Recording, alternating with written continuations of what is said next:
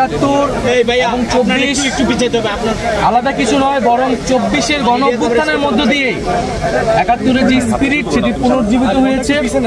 71-এ আমরা যা চেয়েছিলাম সেটা 54 বছরে অর্জিত হতে পারে নাই বিধায় একটা ফ্যাসিজম 15 বছর ধরে বাংলাদেশে চেপে বসেছিল বিধায়ী আরেকটি গণ অভ্যুত্থানের কিন্তু প্রয়োজন হয়েছিল।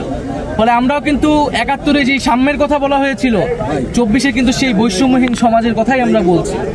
ফলে যারা এটাকে আসলে পরস্পর বিরোধী বা মুখোমুখি করে দাঁড়া করাচ্ছে তাদের উদ্দেশ্য অসৎ, এবং আমরা মনে করি তারা 24-এর গণ অভ্যুত্থানকে, এই যে ছাত্র জনতার বিজয়কে প্রকৃতভাবে উপলব্ধি করতে পারেনি।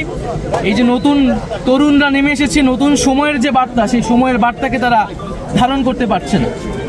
এবং আমরা মনে করি যে বাংলাদেশে বর্তমানে আমাদের জাতীয় নাগরিক পার্টির যে দাবি যে বিচার সংস্কার এবং গণপরিষদ নির্বাচন, আমরা মনে করি ঠিক সেই পথে গেলেই জাতির একটি উত্তরণ ঘটবে গণতন্ত্রের পথে।